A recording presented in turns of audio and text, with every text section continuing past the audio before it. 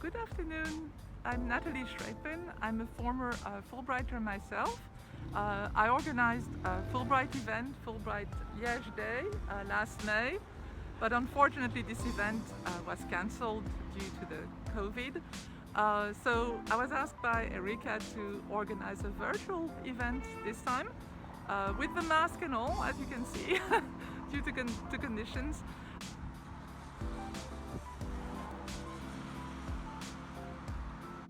I'm standing here on Place Saint-Lambert, which is right in the middle of the historical center, and the market square, one of the oldest squares in Liège, is behind me.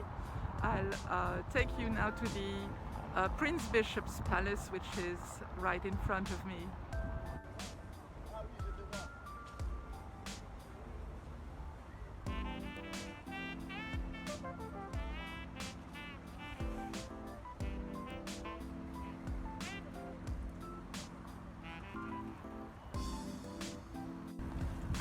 I now stand inside the Prince Bishop's Palace, the present Prince Bishop's Palace, which now houses the law courts of Liège and also the provincial government.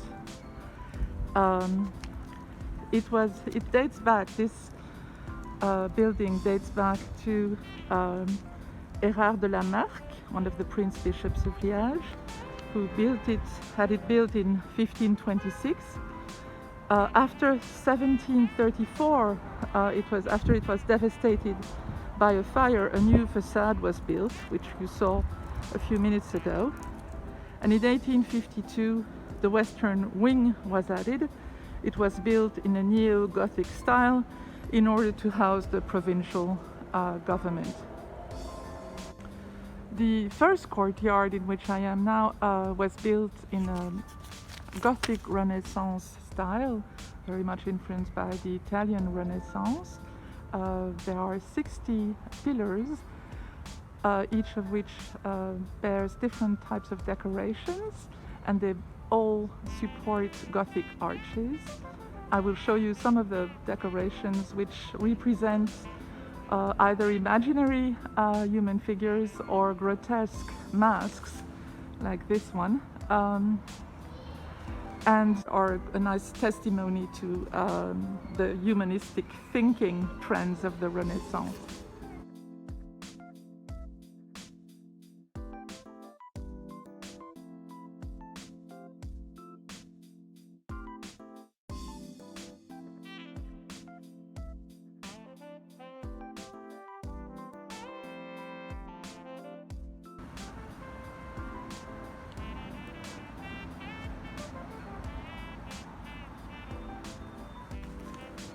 The 15th century was not a good one for Liège.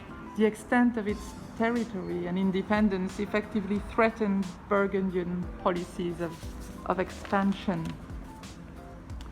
The Prince Bishops, Jean de Bavière and Louis de Bourbon, both connected to the Dukes of Burgundy, imposed absolute power on Liège, abolishing all its democratic gains. We will now go and see the Peron, which is opposite the town hall on the Place du Marché. This Peron is very important for Liège because it symbolizes the city's liberties. Charles the Bold had the Peron sent to Bruges in 1468, but it was returned to Liège after his death in 1477. Here's the Peron, which I just told you a few minutes ago, the symbol of the liberties of the people of Liège.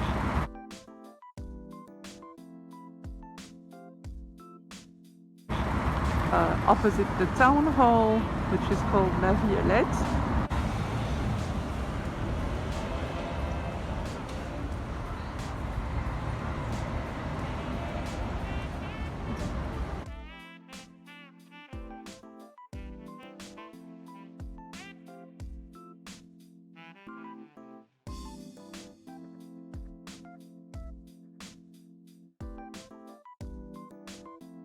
The back of the town hall, and a famous Liégeois, whom some of you may know, who is George Simenon, who wrote the Maigret detective novels. sitting on a bench here, smoking his pipe.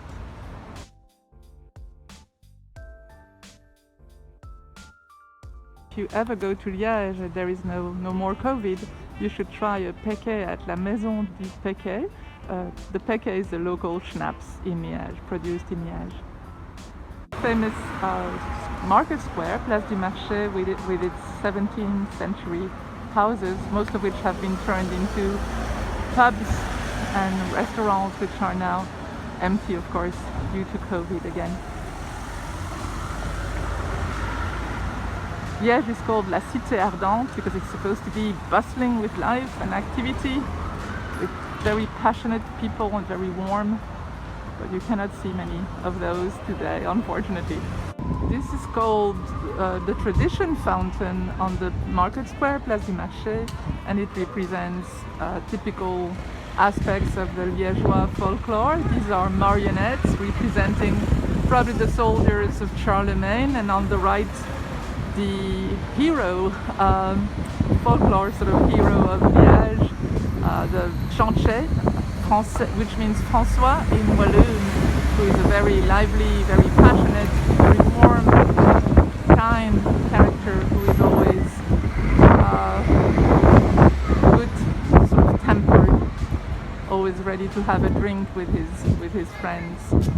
These are the Butcheries and the Butcheries, Butcheries carrying coal in the past. These are people dancing a very famous, well-known dance in Liège, which is Le Cramignon. It's also a famous song.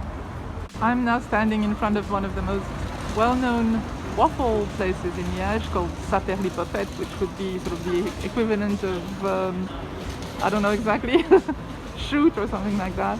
Sort of swear word from the past, or wow perhaps also. As you can see, there are always people lining in front of the store because it's got the best waffles in town. So if you come here, go to Rue des Mineurs near the Place du Marché and try one of those waffles.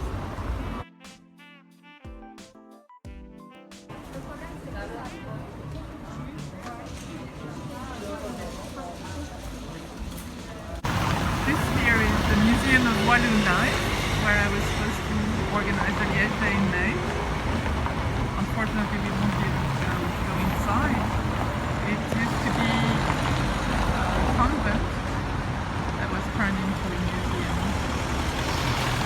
This is one of the four, I think, puppet theaters in Liège, where you can see the marionettes, the famous marionettes. Chateau is, of course, our hero and the hero of many of the plays, and he usually plays with Charlemagne's soldiers, Charlemagne himself, sometimes the devil, of course, his faithful wife Nanès.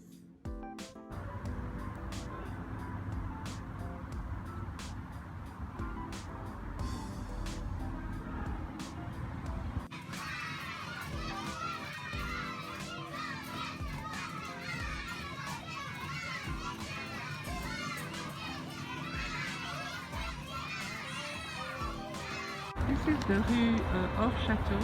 It's called Rue of Chateau, outside the castle, because it was originally outside the city walls built by Liège. The first city walls before the city expanded, and the second city wall was built further to the south and the north. As you can see, there are still some very nice townhouses. I will take you to some of them, and the street also includes blind alleys, dead-end alleys, where more humble people live. Here the nobility live, or rich merchants live in the street. Many of these houses have now been renovated by doctors or lawyers or other Liégeois inhabitants. But in the blind alleys, more humble people, workers live there in smaller houses, which shows the sort of variety of housing that you found in these old neighborhoods.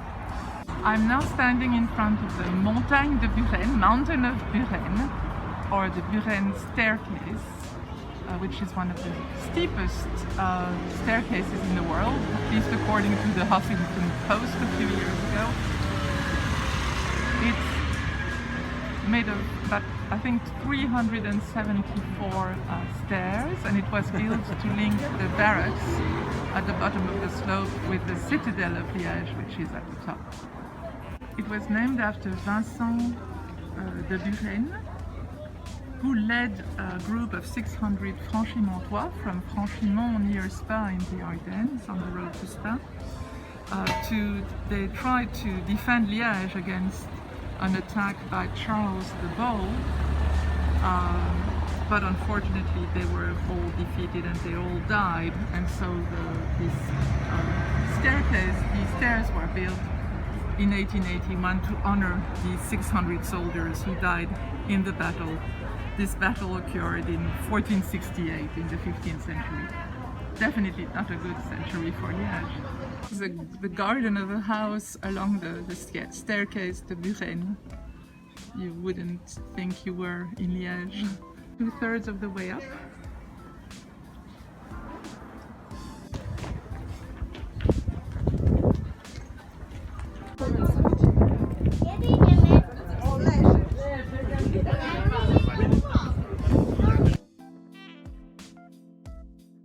Still in the rue hors Chateau.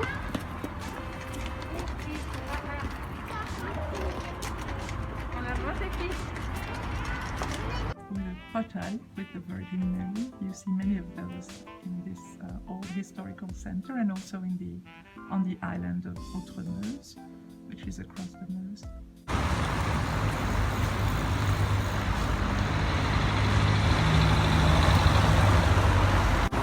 Impasse de la Vignette. So this is the end of the Impasse de la Vignette, and you can see the Coteau, the hills of the Citadel of Liège in the background. And every year in October you can walk on the paths on the hills of the Citadel. There's music and there's food and a lot of animation. Paradise of cats, apparently.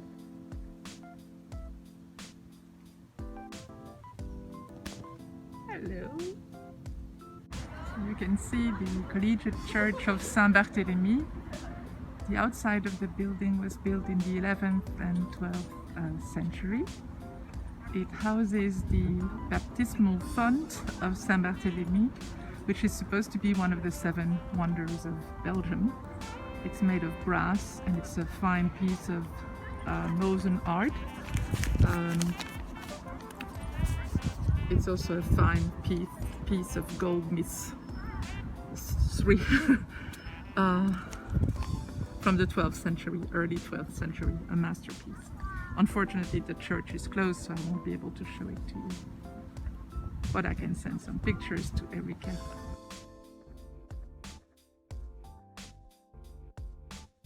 The back of the Curtius Museum.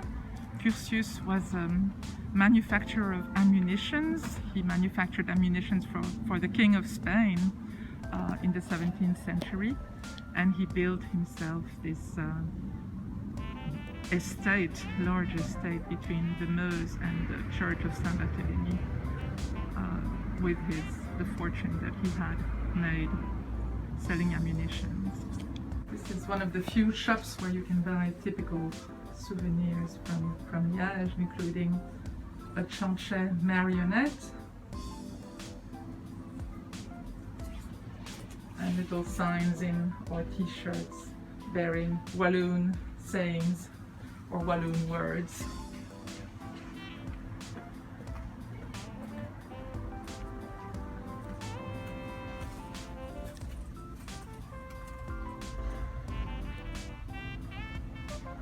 So this means we're not here to scream, we're here to drink. This here is the front of the Curtius Museum along the Meuse River. And this is the sun setting on the Meuse.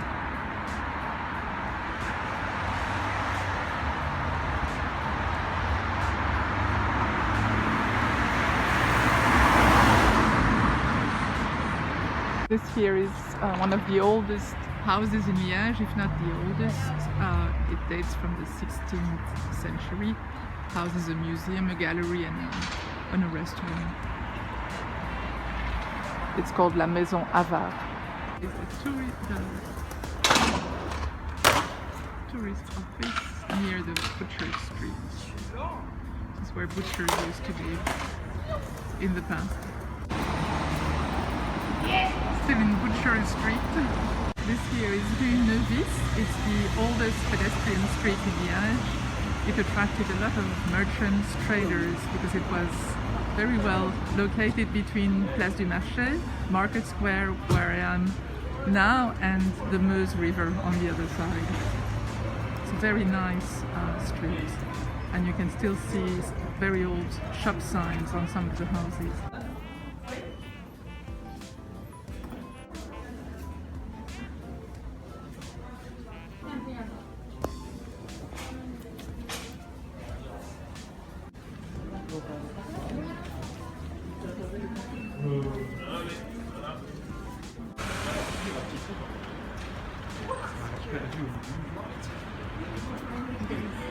Rue Neuvis again from the other side of the street. A wonderful little shop for tea or coffee lovers. Tea cozies and everything.